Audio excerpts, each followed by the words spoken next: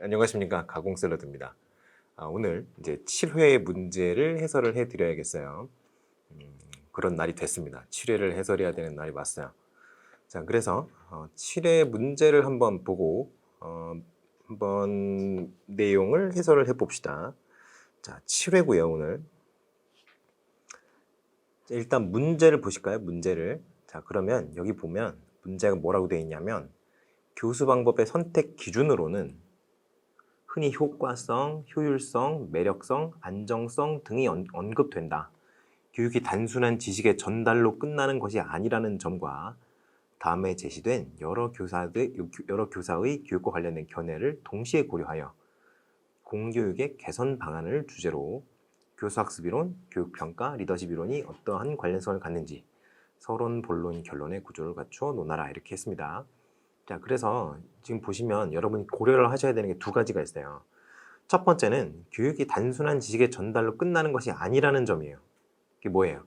교육이 하나의 토탈 패키지 같은 느낌이라는 거죠. 이게 무슨 소리냐면요, 교육이 그냥 지식을 전달하는 데서 끝나는 게 아니라 우리가 그 다음에 뭘 해요? 피드백을 주죠. 피드백을 주는 이유가 뭡니까? 형성적 기능을 하기 위해서 우리가 이제 피드백을 주잖아요. 그러니까 어떤 문제를 풀었을 때, 어떤 문제를 해결을 했을 때, 문제를 풀거나 시험 문제 같은 걸 풀거나 아니면 어떤 문제 상황에서 과업을 수행을 했다거나 과제를 수행했다거나 이런 경우에 그것을 어떻게 수행을 했는지, 문제를 어떻게 맞췄고 어떻게 틀렸고 이런 것들을 우리가 피드백을 준단 말이에요. 그러한 기능을 하는 이유가 바로 이 교육 평가나 이런 것들의 어떤 형성적 기능을 우리가 현실에서 구현하기 위해서 그러한 행위들을 하는 겁니다. 그리고 또 그런 지식의 전달과 피드백 이런 것만으로 끝나는 게 아니죠. 왜냐하면 어떤 교육 프로그램을 만들어서 그걸 적용하기 위해서는 굉장히 여러 가지 고려를 해야 될 필요가 있어요. 예를 들어서 어떠한 교육 철학을 기반으로 해서 교육 프로그램을 만들 것인가. 교육 철학이 왜 중요하냐면요, 교육 철학이 어떤 그 전체적인 교육 프로그램의 큰 틀을, 밑바닥을 깔아주기 때문에 그게 중요한 거예요. 예를 들어서 객관주의를 바탕으로 해서 교육 프로그램을 짠다거나 구성주의를 바탕으로 해서 교육 프로그램을 짠다거나 전혀 다른 모양새의 결과물이 나오겠죠. 그래서 중요한 겁니다. 아시겠죠? 그래서 그렇게 생각을 해보면 교육이라는 것과 교육이라는 한 단어와 관련된 것들이 굉장히 여러 가지가 있겠죠. 그러한 측면에서 이 A, B, C, D 교사가 4명이 있는데, 항상 4명이죠. 4명이 같이 몰려다니는 느낌인데, A, B, C, D. 그래서 이 사총사가 맨날 나와서 얘기를 하죠. 그래서 각 교사의 교육관과 교육과 관련된 어떤 여러 가지 견해, 이거를 이제 공교육의 개선 방안과 어떻게 연결을 시켜서 여러분이 쓰셔야 됩니다. 아시겠죠? 그 공교육의 개선 방안이라는 게 뭐예요? 공교육의 개선 방안이다 라고 얘기를 나오면 여러분이 기본적으로 이런 생각을 하셔야 됩니다. 공교육의 현재 모습이 있잖아요. 현재 모습이 뭔가 안 좋으니까 개선하라고 할 거 아니겠어요?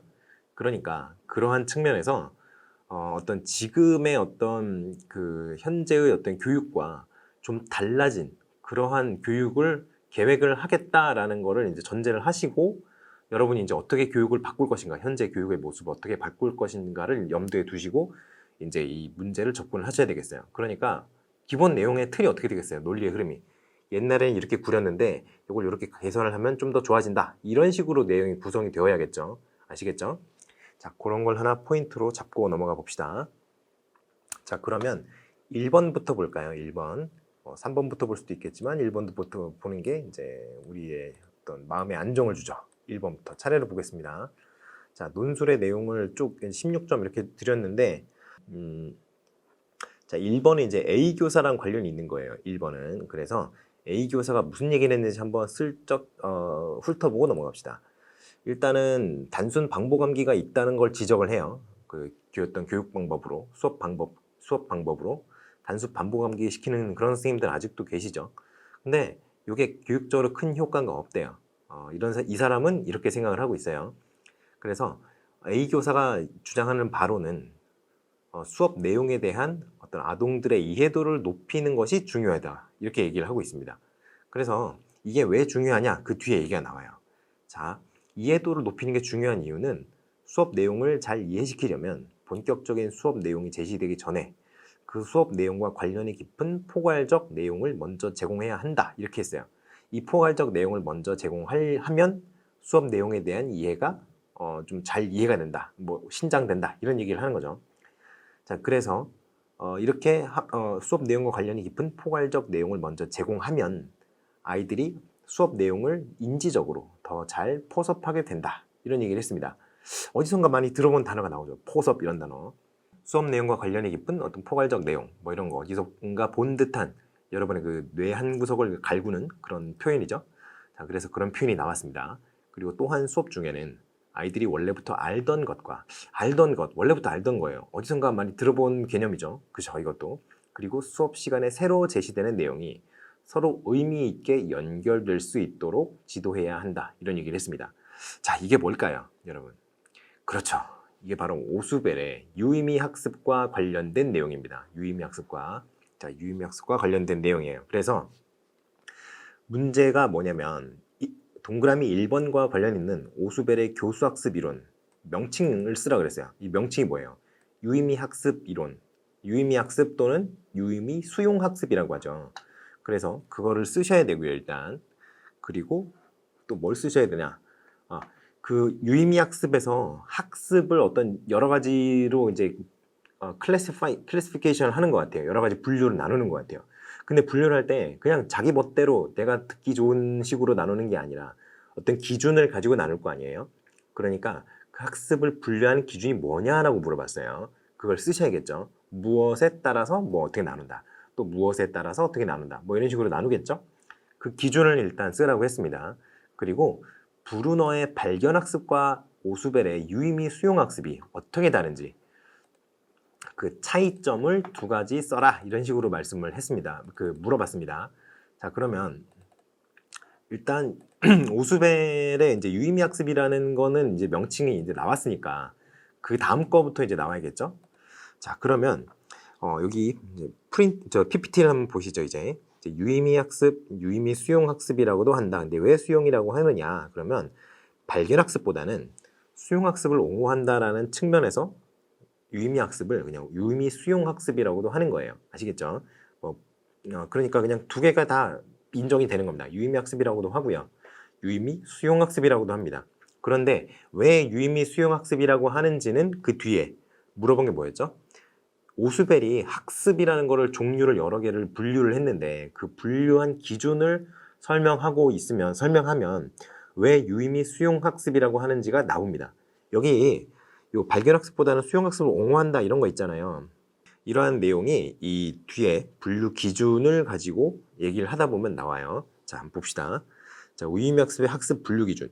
네, 일단은 오수벨 같은 경우에는 학습을 총 4가지로 유형화한다고 합니다. 4가지. 4가지면 어떤 생각이 드세요? 뭐 예를 들어 뭐 4가지로 분류한다 이런 얘기를 들으면 왠지 2 곱하기 2 하고 싶지 않나요? 그죠? 하나의 기준 가지고 쭉 4가지로 나눈다거나 이게 하나의 기준으로 4가지로 나눌 수가 없죠. 그리고 아니면 뭐 여기 기준이 3가지가 되어야 4가지로 나눌 수 있을 거 아니에요? 이런 식으로 하면 아니면 뭐 이렇게 2x2 이런 식으로 해서 기준이 2개가 있든가 뭐 이런 식으로 해야겠죠. 그러니까 요 4를 보면 왠지 2x2일 것 같은 느낌이 들죠. 2x2 매트릭스가 될 것 같은 느낌이 들어요.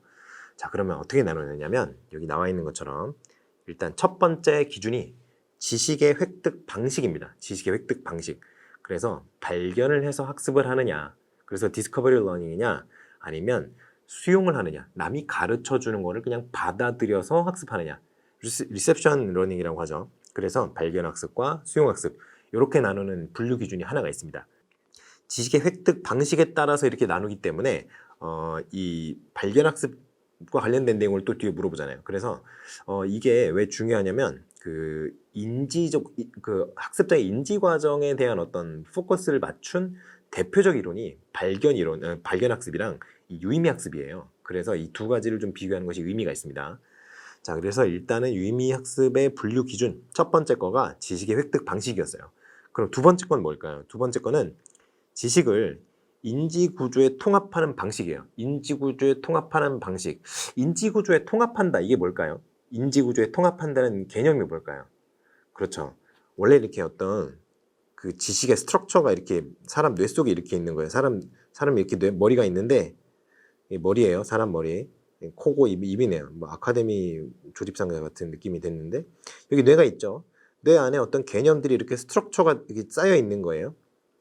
연결이 막 이렇게 돼 있죠. 뭐 이렇게 막 연결이 돼 있죠. 이런 식으로.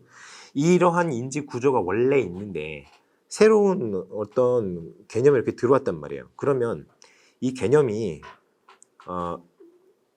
원래 개념과 어떤 전혀 동떨어진 그런 개념으로 생각할 수도 있겠지만 어떤 개념이든지 다른 개념과 무엇으로라도 연관이 될 수 있습니다. 사실.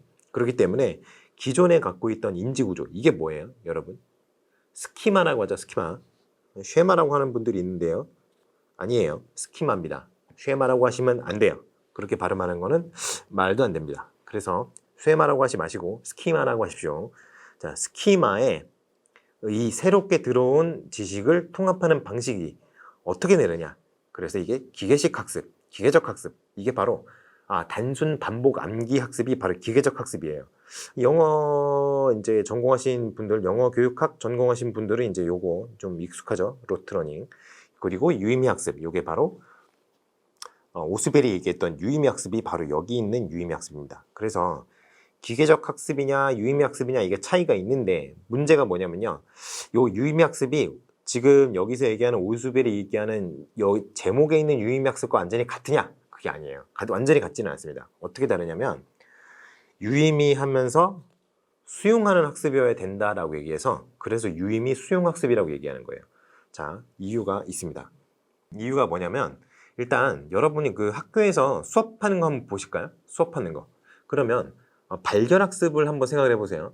학교 수업에서 발견학습을 적용을 해서 수업을 한다 생각을 해보십시오. 그러면 선생님이 발견학습을 하려면 어떠한 형태의 자료를 줘야 돼요? 이미 전문가가 굉장히 고도로 추상화되어 있는 그 어떤 지식들을 단계별로 다시 다 재구성을 해야 됩니다. 아동의 발달 수준에 맞춰서, 아동의 지적 수준에 맞춰서. 그걸 하나하나 그 수준에 맞춰서 다 번역을 해줘야 돼요. 그 아이들에 맞는 어떤 용어라든가 개념이라든가 이런 걸로 번역을 해줘야 돼요. 그런 과정이 초등학교 1학년 때부터 고등학교 3학년 때까지 12단계로 이루어져야 됩니다. 그런 과정이 최소. 그러면 그게 말이 안 되잖아요. 어떻게 그걸 다 해요? 그렇죠. 그래서 그런 자료를 준 다음에 선생님이 하는 일은 뭐예요? 선생님이 하는 일은 이미 전문가에 의해서 고도로 추상되어 있는 그런 개념들을 아동들이 전문가의 방식을 차용함으로써 전문가가 학습하고 연구하는 방식을 배움으로써 그 단계까지 그런 추상화되어 있는 고도의 지식을 발견할 수 있도록 유도를 하는 게 발견학습이에요. 브루너의 발견학습 같은 경우에는 완전학습이죠. 완전학습인데 완전학습 모형 중에 하나인데 그걸 모든 학생이 할 수 있겠느냐. 이 12년이라는 굉장히 제한된 기간 내에 할 수는 없죠. 그렇기 때문에 오스벨이 얘기하는 거는 그거예요.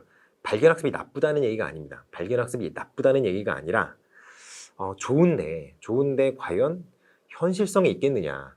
학교 수업에서는 그렇게 아이들을 이렇게 발견하도록 유도하는 것도 좋지만 시간적인 제약, 물리적인 제약 이런 것들이 있기 때문에 가르치는 방식, 그러니까 이미 정제가 되어 있는 지식을 선생님이 아이들에게 전달하는 것이 훨씬 더 효과적이다, 효율적이다라고 얘기를 하는 겁니다.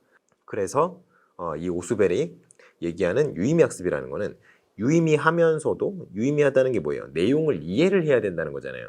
그냥 단순하게 반복 암기를 한다는 게 아니라 유의미하면서도 선생님이 가르치는 거를 수용을 해야 된다. 그래서 두 개를 더해서 유의미 수용 학습이라고 하는 겁니다. 근데 뭐 개인적으로는 근데 단순 반복 암기를 하다 보면 단순 반복 암기를 하다 보면 나중에 이해가 되는 것도 굉장히 많이 있죠. 그걸 이제 본인의 공부가 여러 가지로 공부가 더 되면서 아하 하는 통찰의 순간이 오기 때문에 그런 건데요. 아무튼 여기서는 그런 얘기를 하시면 안 되고 아무튼 뭐 그렇습니다. 자, 그래서 유의미 학습이라는 얘기를 했는데 그러면 유의미 학습이 되려면 지금 여기까지는 제가 이제 분류 기준, 문제를 풀기 위해서 이제 여러분이 필요한 지식은 이제 설명을 드렸는데요. 그거 말고 더 이제 부가적인 내용을 조금 더 얘기를 해보겠습니다. 유의미 학습은 좀 중요하기 때문에 조금 더 얘기를 해볼게요.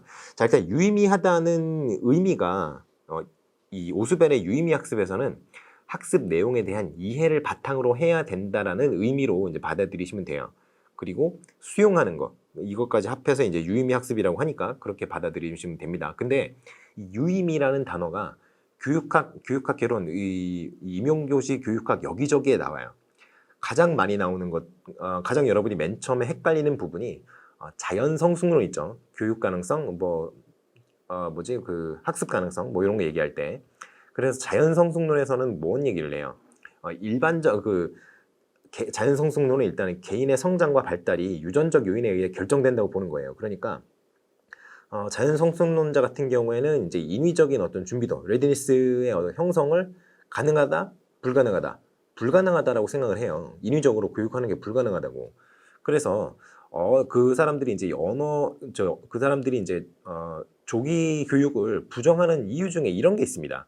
언어 발달과 유의미한 학습은 신경계의 발달이 전제되어야 한다. 이런 얘기를 하면서 반대를 하는 게 있어요. 여러분 기억이 나실 겁니다.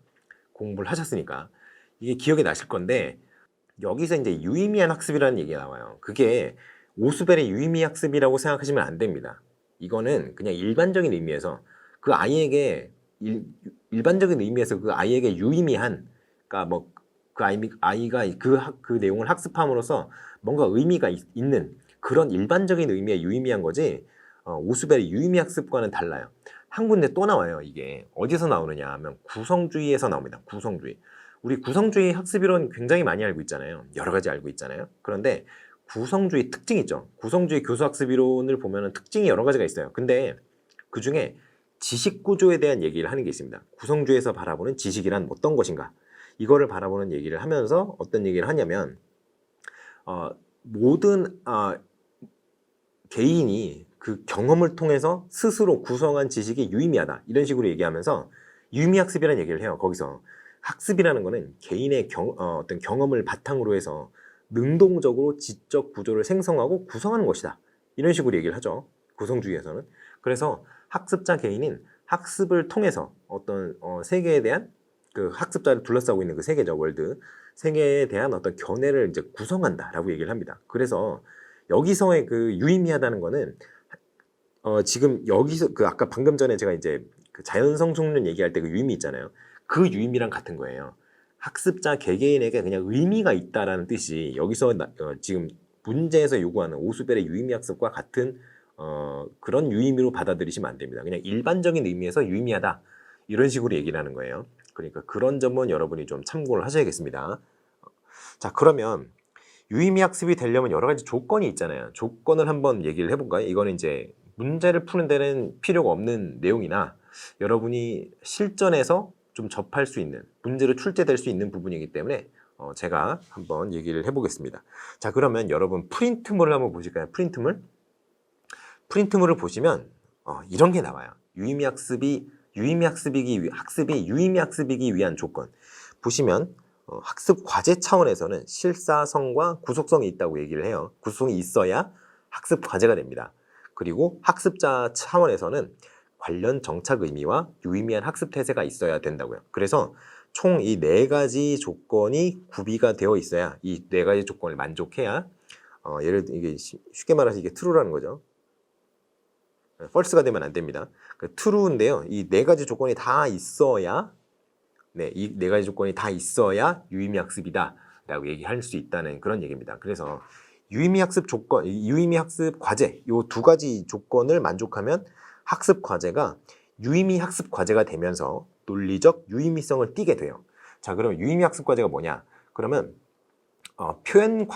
일단은 실사성이 있어야 돼요. 이게 뭐냐면요, 실사성이 non-verbativeness라 그래서 표현을 어떻게 하든지 상관없이, 그러니까 예를 들어서 뭐 내가 한국어로 얘기해도, 영어로 얘기해도, 일본어로 얘기해도, 독일어로 얘기해도 1 더하기 1은 2잖아요. 그 지식이잖아요. 1 더하기 1이 2가 된다는 거. 그러니까 1 플러스 1이 2다라는 거는 제가 한국어로 1 더하기 1은 2예요 라고 얘기하는 거랑 내용이 똑같잖아요. 표현 방식이 다른 거죠. 언어가 다르니까. 그래서 본질적인 의미는 표현 방식과는 관계없이 항상 동일하다라는 게 이제 실사성이라고 합니다. 실사성.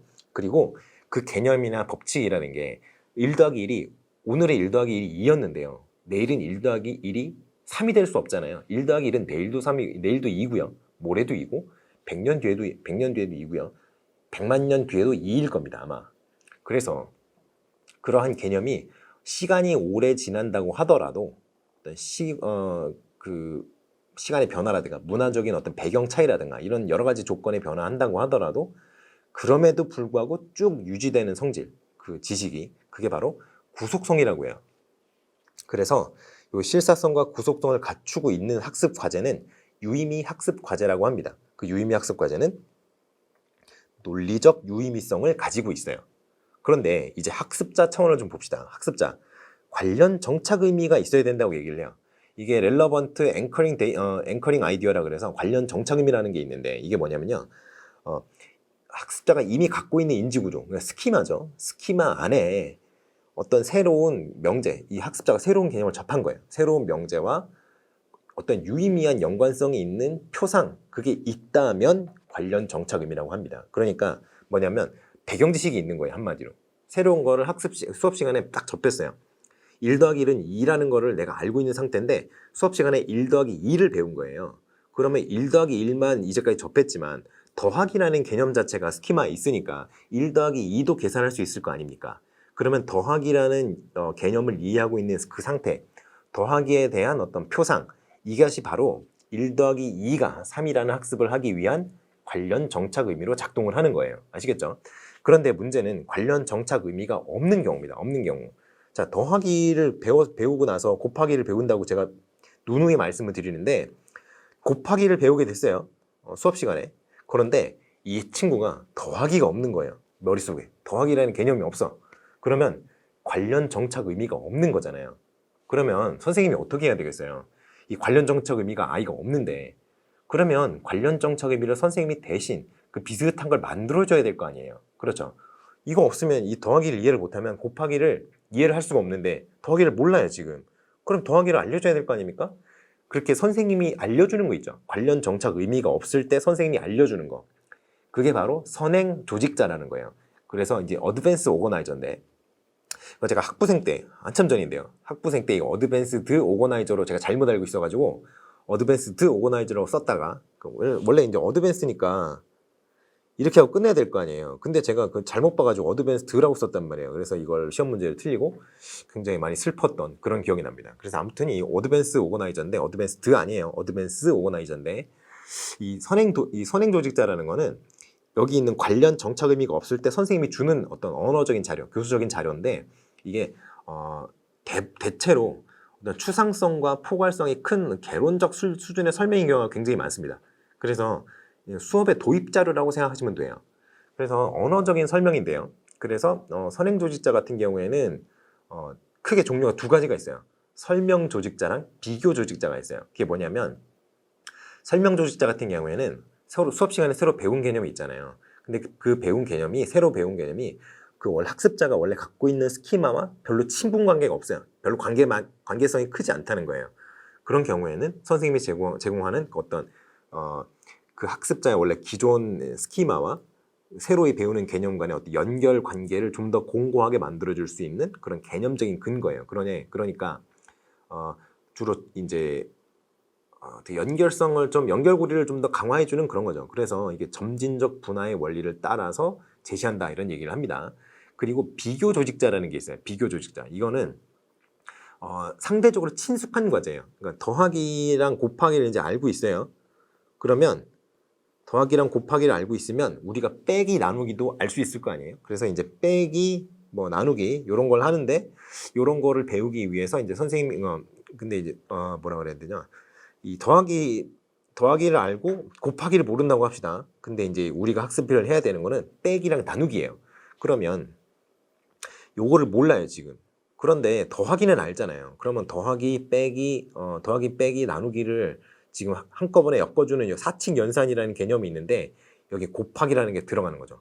이렇게 상대적으로 좀 친숙한 개념을 학습할 때, 왜냐하면 요거는 다 비슷한 사칙 연산 안에 들어가니까. 그래서 기존 개념과 어떤 유사점과 차이점을 밝히기 위해서 제시하는 그런 선행 조직자가 있습니다. 이거 다르잖아요. 곱하기랑 나누기는 다르잖아요. 어떻게 달라요? 이거 사실 그 지수가 마이너스 1이 된다는 거 이런 건데 분수로 들어간다는 거죠. 곱하기는 곱하기 2하면 그냥 2배가 되는 건데 나누기 2하면 2분의 1을 곱하는 거잖아요. 그러니까 그런 것들을 이제 제시해주는 그런 것들이 이제 비교 조직자라는 거예요. 그래서 이거는 주로 통합적 조정의 원리에 따라서 제시를 합니다. 그러니까 이미 친숙한 과제니까 친숙한 학습 과제 이미 어느 정도 알고 있는 거에 대한 학습 과제이기 때문에 그거 어떤 거 선행 조직자 하나를 추가함으로써 마지막에 쫙 통합을 시켜주는 그런 거죠. 그래서 이건 통합적 조정의 원리에 따라서 이제 제공을 한다 이런 얘기를 합니다. 그러면 여기 유의미한 학습 태세라는 게 또 나왔어요. 학습자 차원의 그 어떤 조건에 유의미 학습 태세는 뭐냐면요. 쉽게 말해서 그냥 학습 의욕이에요. 학습 동기.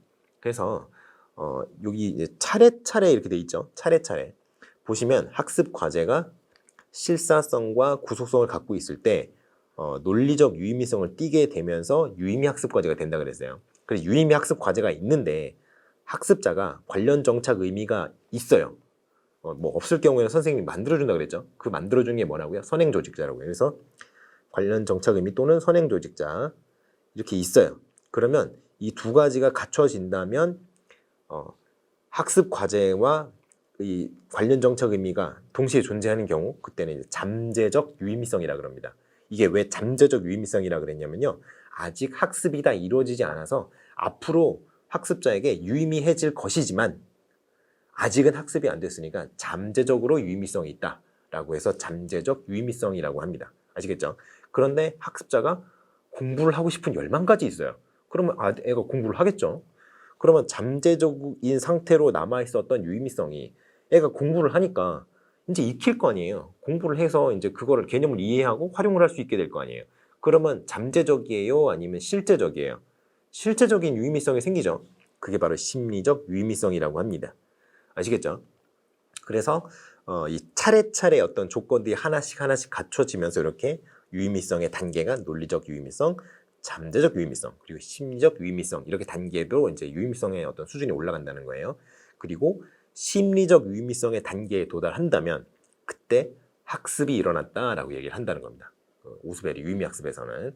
자, 그래서 이렇게 오스벨이 얘기했던 유의미 학습이 학습이 어떤 형태의 학습이 유의미 학습이 되려면은 이런 조건들을 좀 갖춰야 된다 이런 얘기를 했습니다.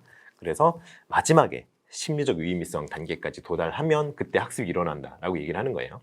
자, 그러면 제가 이제 물어본 문제가 뭐였냐면 일과 관련 있는 오스벨의 교수학습 이론 이게 유의미 수용학습이죠. 그리고 학습을 분류하는 기준 얘기를 했습니다. 인지 어떤 방식에 따라서 나누는 게 있다고 그랬고요. 그 지식 획득 방식이 인지 방식이죠. 그래서 그렇게 하나 기준이 하나 있고 그리고 인지 구조에 통합하는 방식 요거에 하나 있다고 그랬습니다. 그러면 두 번째 거 있죠. 브루노의 발견학습과의 차이점 요거 두 가지 쓰라 그랬어요. 발견학습이 어떻게 다른지 봐야겠죠. 자, 이거 봅시다.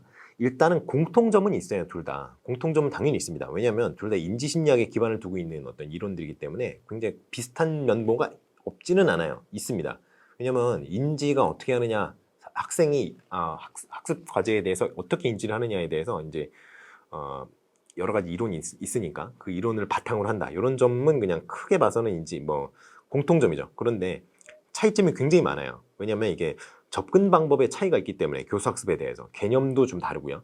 그래서 일단은 가장 큰 차이점 이거 여러분이 반드시 아셔야 되는 겁니다. 반드시. 일단 브루너의 발견학습 같은 경우에는 구성주의적 접근을 취합니다. 구성주의적이에요. 그래서 학생 스스로 어떤 원리라든가 개념이라든가 이걸 발견을 해야 돼요. 물론 그 발견이 약간 유도된 발견이라고 합니다. 가이디드 디스커버리 뭐 이런 얘기를 해요. 그래서 이미 전문가에 의해서 구성이 추상화라든가 구성이 제대로 되어 있는 것들을 선생님이 그렇게 이제 아이들이 그런 방식으로 발견할 수 있게 유도를 하는 거예요. 전문가의 방식을 아이들이 사용할 수 있도록 이렇게 유도를 하고 그렇게 하는 학습이고요. 근데 오스벨의 유의미 학습 같은 경우에는 교사가 학습 내용을 아이들이 발견하는 것도 좋기는 좋은데 그건 시간이 없으니까 그렇게 언제 일일이 다 하느냐라는 거죠. 그러니까 교사가 학습 내용을 어떤 최종적인 형태, 아이들이 학습을 해야 되는 형태로 아이들에게 제시를 합니다. 그러면 아이들이 그걸 받아들이고 이제 수용하는 그런 형태로 이루어진다라는 점에서 가장 큰 차이가 있어요. 가장 큰 차이. 이거 이제 하나죠. 그래서 하나 더 쓰라고 했잖아요. 그러면 이제 다른 것도 얘기를 해봅시다. 이런 것들도 있어요. 자, 그러면 하나하나 보도록 하겠어요. 이건 이제 프린트에 나옵니다. 프린트에. 자, 그래서 발견학습과 유의미학습의 차이점이 이런 게 있어요. 일단은 교수 방식은 발견학습은 탐구식이고요. 유의미 수용학습은 설명식이에요. 설명을 해야 아이들에게 이제 지식을 전달해주고 아이들이 그걸 듣고 수용을 할 거 아닙니까? 그러니까 관심 방향은 지식의 발견을 하는 거가 이제 목적이 있어요. 그 관심이에요.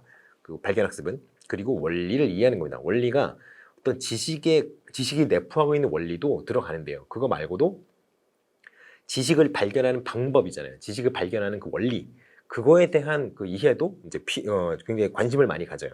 그런데 유의미 수용학습 같은 경우에는 그 지식의 발견 같은 거는 모든 사람이 다 할 수 있는 것도 아니고 시간도 부족하고 돈도 없고 선생님도 부족하고 그러니까 결국에는 지식의 습득과 보존 이게 더 중요하다. 현실적으로 이런 얘기를 하는 겁니다. 그리고 제가 아까도 얘기했지만 오수벨이 절대로 발견학습이 나쁘다라고 얘기하는 게 아니에요.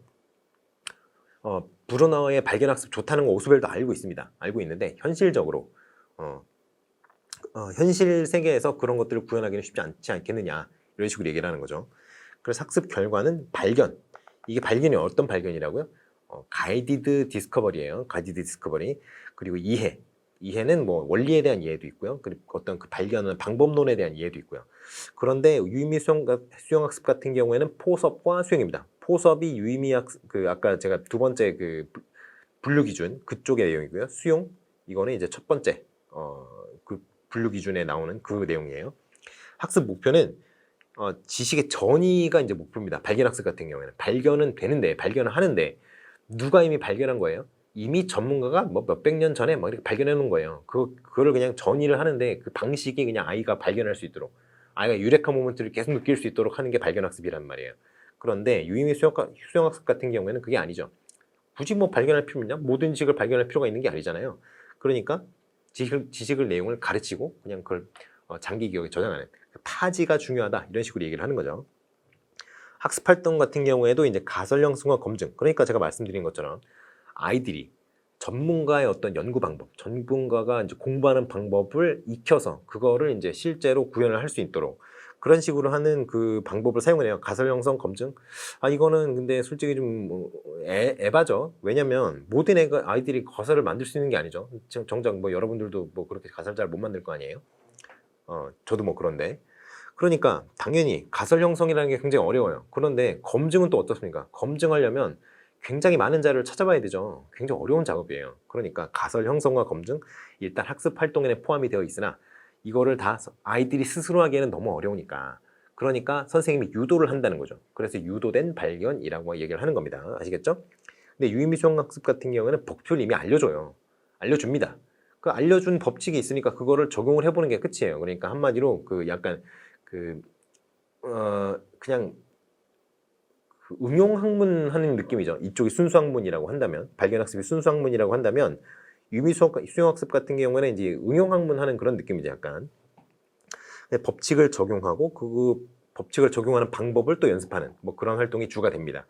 그리고 구성은 이제 모호성과 불확실성을 중요시하고요. 발견학습 같은 경우에 유의미 수용학습은 체계성과 관련성을 중시합니다. 왜냐하면 체계성과 관련성 이게 뭐예요? 이미 전문가가 만들어 놓은 지식을 그냥 전달하면 되는 거니까 전문가가 만들어 놓은 지식이 얼마나 구조화가 잘 돼 있겠어요. 그렇잖아요. 그러니까 체계성과 관련성이 중요시되는 그런 지식이다. 뭐 이런 거죠. 자, 그럼 선생님의 역할이 뭐냐? 선생님이 설명과 안내를 최소화한다고 했는데요. 이 안내가 그냥 아까 제가 계속 가이디드 뭐 디스커버리 뭐 이런 식으로 얘기했잖아요. 통제된 발견이라고, 안내된 발견이라고. 그런데 이 안내를 직접적으로 이렇게 해봐 저렇게 해봐 하는 게 아니에요. 그러니까 소크라테스가 그 왜 시장에서 그냥 어그로 끌면서 다른 사람들한테 그게 왜 그러는가요? 뭐 계속 질문하면서 다녔던 것처럼 여기 선생님도 비슷합니다. 그걸 왜 그렇게 해야 되는지 한번 생각해 볼까? 이런 식으로 어떤 명확한 답을 주는 게 아니라 어떤 뭐 연구 방법이라든가 이런 거에 대한 명확한 답을 주는 게 아니라 힌트를 조금씩 주는 거예요. 힌트를. 그래서 어떤 직접적인 안내를 최소화하는 겁니다. 간접적인 안내 정도만 주어지는 게 허용이 돼요. 발견학습 같은 경우에는. 굉장히 피곤하죠. 모든 아동들이 갖고 있는 의문점이 다 다를 텐데 그 선생님 몸이 하나인데 그 많은 아동들의 수많은 질문을 다 대답을 할 수 있다는 거는 그 선생님의 능력이 어지간히 뛰어나지 않고서야 좀 힘든 노릇인데 그거를 이제 요구를 하는 겁니다. 발견학습 같은 경우에는. 그런데 당연히 현실성이 없으니까 그런 거는 오스펠의 유의미 수용학습 같은 경우에 교사의 설명과 안내를 최대화하는 거죠. 왜냐하면 이미 다 정리가 되어 있는데 그것도 모르고 이미 정리가 되어 있는 것도 다 이해를 못하는 상황에서 새로운 뭐 어떤 지식을 발견하다 좀 어렵지 않겠니? 이렇게 물어보는 겁니다. 그래서 선생님이 설명하고 안내하는 거를 할 수 있는 만큼 최대한 친절하게 해주는 게 중요하다라고 얘기를 해서 교사는 이제 설명하는 역할을 우리가 흔히 얘기하는 선생님의 어떤 전통적인 모습 그거랑 많이 가까운 그런 형태가 되는 거죠. 자, 그렇게 생각을 하시면 되겠어요. 자, 그래서 이제 설명식 수업이 나쁘다라고 생각하시면 안 됩니다. 설명식 수업도 굉장히 좋아요. 설명식 수업 같은 게 어떤 게 좋아요? 일단 굉장히 컴팩트하고 댄스 있고 그런 수업이 될 수 있잖아요. 그러니까 효과성, 이펙티브니스나 이런 게 올라간단 말이에요. 왜냐하면 짧은 시간에 많은 지식을 때려 박을 수가 있죠. 아이들 머리에. 그러면 하나하나 모든 걸 발견하려면 얼마나 시간이 오래 걸려요. 그렇잖아요. 그런데 선생님이 알려줘요. 예를 들어서 애들이 삼각함수나 미분 같은 거 걔네들이 개념을 어떻게 끌어내는 말이에요. 못한다고요. 그러니까 그런 개념을 가르쳐주는 거예요. 그냥.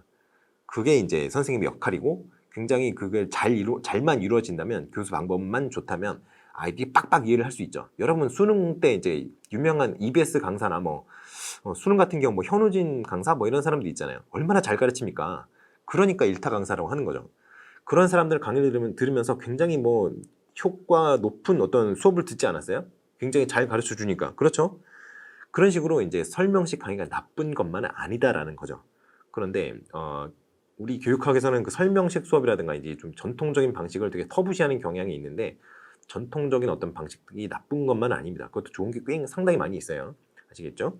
그런 의미에서 이제 오스웰 유의미 학습이 의미가 있다. 이런 식으로 얘기를 하는 겁니다. 그런데 이렇게 유의미 학습이 유의미하기 위해서는 제가 계속 얘기를 하고 있잖아요. 이미 전문가가 지식 내용을 어떻게 해야 된다고 얘기를 해요. 계열화, 추상화를 잘 해놓고 있어야 돼요. 그러니까 새로운 개념이나 원리, 법칙 이런 것들이 이제 수업 시간에 들어오잖아요. 애들이 그걸 접한단 말이에요. 그거를 이미 아이들의 스키마, 장기 기억에 저장되어 있는 어떤 선행 지식, 인지 구조 이런 거와 어떻게 연결을 잘 시키느냐 이게 이제 유의미 수용 학습의 어떤 포커스란 말이죠. 그러면 새로이 들어오는 것과 기존에 있던 것들이 어떤 유기적인 연결 관계 이런 것들을 잘 형성할 수 있도록 유도를 해야겠죠. 그렇기 때문에 학습 자료를 좀 계열화하고 조직화해야 된다. 이러한 요구를 하는 겁니다. 근데 그게 이거보다는 쉬워요. 설명과 안내를 최소화해서 어떤 간접적인 방법으로 그 수많은 애들의 수많은 질문을 다 일일이 답변을 해주는 것보다는 이렇게 설명과 안내를 최대화하면서 학습 자료를 효과적으로 조직화하고 계열화하는 게 훨씬 쉽죠. 몇백 배는 쉬울 거예요, 아마. 그러니까 이제 어느 것이 좋다라는 거를 여러분께 이제 판단을 맡기겠지만 개인적으로는 유의미 수용 학습도 굉장히 훌륭한 방법이고 발견 학습도 훌륭한 방법이지만 현실적으로는 발견 학습 쪽이 조금 글쎄요, 프랙티컬리티는 좀 떨어지는 게 아닌가 이런 생각을 하게 됩니다. 자, 그래서 포섭 얘기 나왔는데요. 요거는 종속 포섭, 상위 포섭, 파생 포섭 이런 거 여러 가지 있는데 그거는 그냥 그 핸드아웃 자료에서 찾아보시기 바랍니다. 자, 그렇게 보고 넘어가시면 될 것 같아요. 자, 나머지는 이제 여러분이 그냥 핸드아웃 자료를 잘 찾아보시고 읽어보시고 학습하시는 걸로 하고 일단 1번 문제에 대한 해설은 여기까지 하겠습니다. 자, 2번 넘어가 볼까요? 2번 넘어가 보겠습니다. 2번은 무슨 얘기를 하고 있나요? 자, 2번은 B 교사가 얘기를 하고 있네요. 그래서 최근 코로나가 어쩌고저쩌고 그래서 동그라미 2번을 보면 언젠가 그 바로 앞에 보면은 언젠가 코로나는 진정이 될 건데 커뮤니케이션을 그동안 못 해보잖아요. 왜냐면 계속 온라인으로만 하니까 이제 내년에 3학년 올라가는 대학생들이 이제 MT나 OT를 갈 것인가 약간 전 관심사입니다. 과연 그 친구들이 갈 것인가. 신입생 때 못 갔잖아요. 왜냐면 2019년에 코로나였는데 글쎄요. MTOT를 가게 된다면 그 해에 입학한 신입생들이 그 3학년 친구들은 어떻게 볼 것인가 굉장히 궁금합니다. 저는 아주 재밌을 것 같아요. 요즘 막 군대 갔다 오고 막 이러면 틀딱틀딱 이러는데 신입생 애들이 어떻게 이제 될 것인가 그 혼동과 파괴와 그 카오스의 어떤 그런 대학교 캠퍼스가 되지 않을까 싶은데 아주 굉장히 궁금합니다. 어떻게 될지. 아무튼 그래서 코로나 사태는 진정이 될 것인데 계속 온라인에서만 수업을 듣고 온라인으로 커뮤니케이션을 하다 보니 이제 뻘소리하는 그런 짤들 많이 올라오죠. 인터넷에 그 온라인 수업할 때 이상한 농담하다가 선생님이랑 애들 다니는데 이상한 농담하다가 갑분싸가 되고 그리고 심지어 줌 켜놓고 자빠져 자다가 걸리고 이런 친구들도 있죠. 그래서 이 온라인 수업이라는 게 상당히 이제 장점이 많이 있는데도 그 함부로 온라인 수업을 하지 못했던 이유가 그런 단점들 때문이에요. 예를 들어서 출결을 어떻게 체크할 거냐. 카메라 켜놓고 한다고 하는데 그것도 다 속일 수 있잖아요. 여러 가지 어플이나 프로그램 같은 걸로. 그러니까 이게 함부로 그렇게 막 적용하기에는 좀 약간 제약사항이 있었어요, 그전에는. 근데 코로나가 딱 되니까 어떻게 할 수가 없잖아요. 그 장점과 단점이 둘 다 있는데 단점 때문에 그동안 못하고 있었지만 지금은 뭐 장점이고 단점이고 뭐 할 거 없이 코로나 그 뭐 사람들이 많이 있는데 모여 있으면 코로나 걸리기 십상이니까 집합 시설에서 그런 집합적인 어떤 시설에서 걸리기 쉬우니까 아예 어쩔 수 없이 그냥 코로나 때문에 다 온라인 수업으로 돌려버린 거 아니에요. 그래서 요즘에는 이 온라인 수업 같은 거가 인프라가 그전에도 굉장히 잘 돼 있는 편이었습니다만 이 코로나 사태 이후에 이 온라인 수업 어떤 인프라가 굉장히 많이 확충이 됐어요. 그러한 얘기를 하는 겁니다. 삐 선생님이. 그래서 의사소통 능력이 정신적으로는 크게 성장하지 못한 아이들 같은 경우에 의사소통 능력이 조금 계속 학교라는 집단 내에서 다른 사람과 대면 접촉을 해온 아이들에 비해서 온라인으로만 접촉을 했던 아이들의 의사소통 능력이 좀 떨어지는 게 걱정이 된다라고 얘기를 하는 거죠. 그래서 의사소통 능력이 떨어지는 상태의 아이들을 어떻게 의사소통 능력을 향상시켜 줄 것인가라는 고민을 하다가 이런 얘기를 해요. 협력적으로 과제를 해결하는 상황에 자주 노출될 수 있도록 함으로써 의사소통 능력의 신장을 유도할 수 있다고 생각한다. 뭐 이런 얘기를 합니다. 이게 어떤 학습하라는 거예요? 협동학습하라는 거잖아요.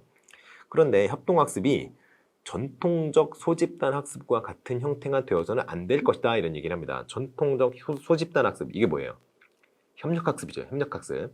그래서 전통적 소집단 학습과 협동학습이 어떻게 다른지 그런 것까지 여러분이 쓰셔야 되는 그런 문제죠. 그래서 일단은 2번에 1번 여기죠. 협동학습의 개념을 쓰셔야 됩니다. 이거 쓰셨으면 맞는 거예요. 아니면 뭐 틀리셨겠죠. 협동학습이라는 단어를 못 쓰시면 그 뒤에 내용을 아무리 잘 쓰셨어도 현재 채점 기준에 따라서는 그 뒤에 내용은 잘 썼어도 다 빵점입니다. 아예 안 쓰면 안 썼지. 자, 아무튼 그래요.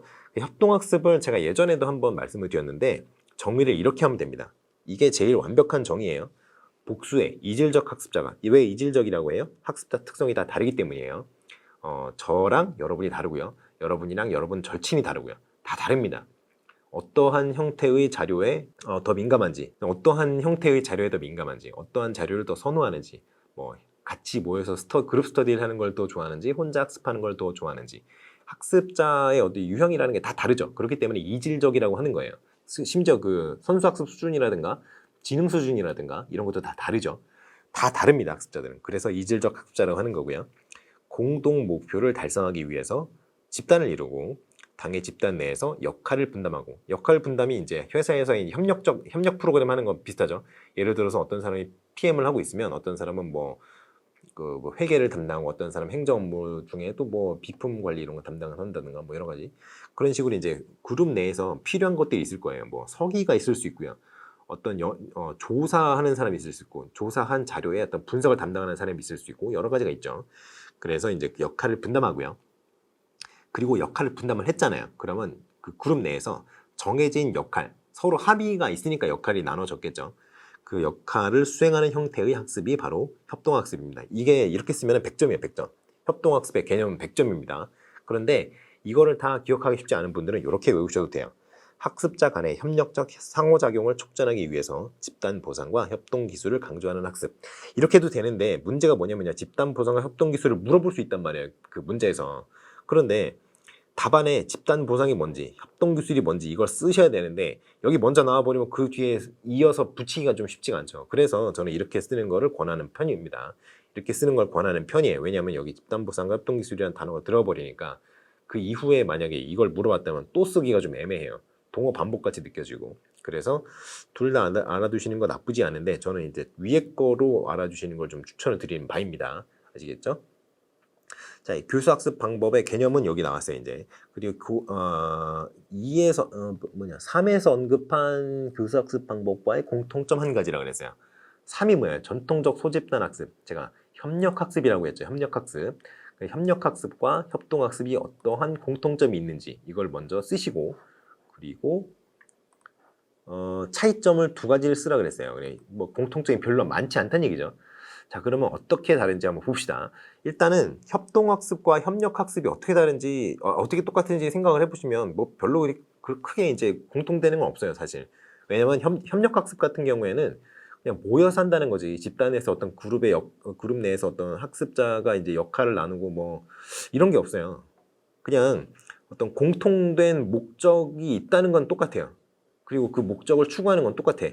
그런데 그런 외형적인 특성들이 있잖아요. 공통된 목표가 있다는 거. 외형적이죠. 그리고 그 그룹에서 아이들이 학습을 한다. 이 외형적인 모습은 동일한데 그거 외에는 크게 동일한 요소들이 별로 없습니다.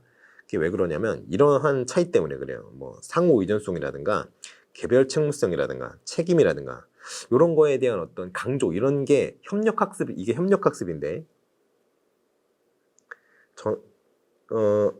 전통적 수집단 학습을 협력학습이라고 하는데요. 이 협력학습에는 그런 요소들이 별로 들어가 있지 않아요. 그렇기 때문에 이러한 여러 가지 차이가 있습니다. 일단 구성원이 동질적이고요. 동질적이라는 거는 사실은 이질적이잖아요. 학습자들이. 그런데 동질적이라고 하는 거는 그 어떤 학습자 간의 이질성을 무시하고 그냥 취급을 하겠다. 동일한 걸로 취급하겠다라는 얘기입니다. 그러니까 공부를 잘하든 못하든 뭐 성별이 남자든 여자든 그 뭐 장애가 있든 없든 다 상관없어요. 그냥 다 동일한 걸 칩니다.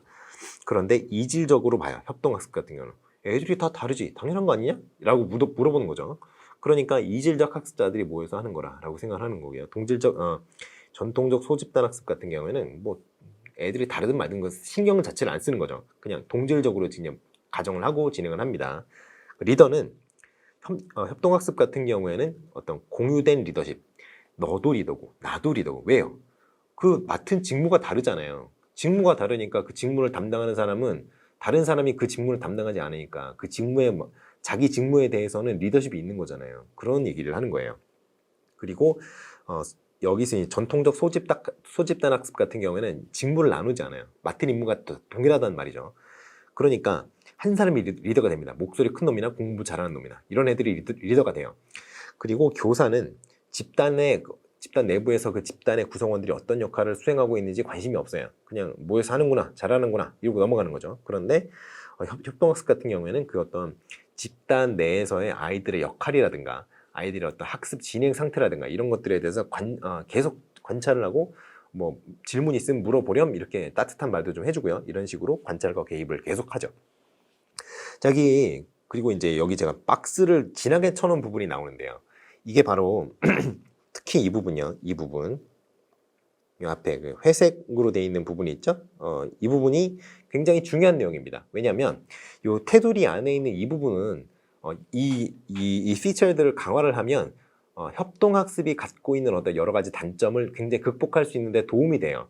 물론 다 되지는 않습니다. 왜냐하면 협동학습이라는 것 자체가 일단 그 학습의 어떤 형태가 기본적으로 태생적으로 갖고 있는 한계가 있어요. 예를 들어서 시간을 많이 쓰는 거 그리고 효과성도 그리고 보장을 할 수가 없죠. 애들이 모여서 한다고 해도 뭐 그렇게 과연 그 놀랄 만큼 뛰어난 어떤 학습 결과가 나오느냐 장담할 수 없죠. 예를 들어서 초등학교 1학년 여러 명이 모였어요. 한 4-5명 모였다고 합시다. 대학교 교양고지를 하나 갖다 놓고 연구보고서를 써라. 그 책을 보고 요약을 해 써라. 쓸 수 있겠어요? 초등학교 1학년 애들이? 100명이 모여도 못 쓰죠. 못 씁니다.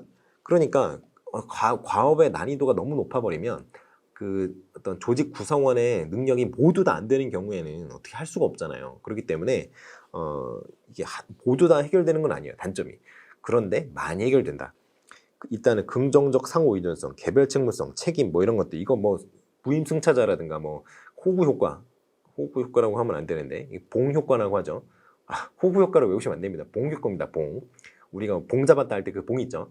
그 봉이에요.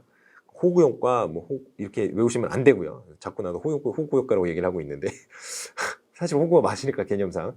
근데 아무튼 무임승차 하는 애들은 다른 사람 열심히 하니까 난 안 해야지 이런 거고요.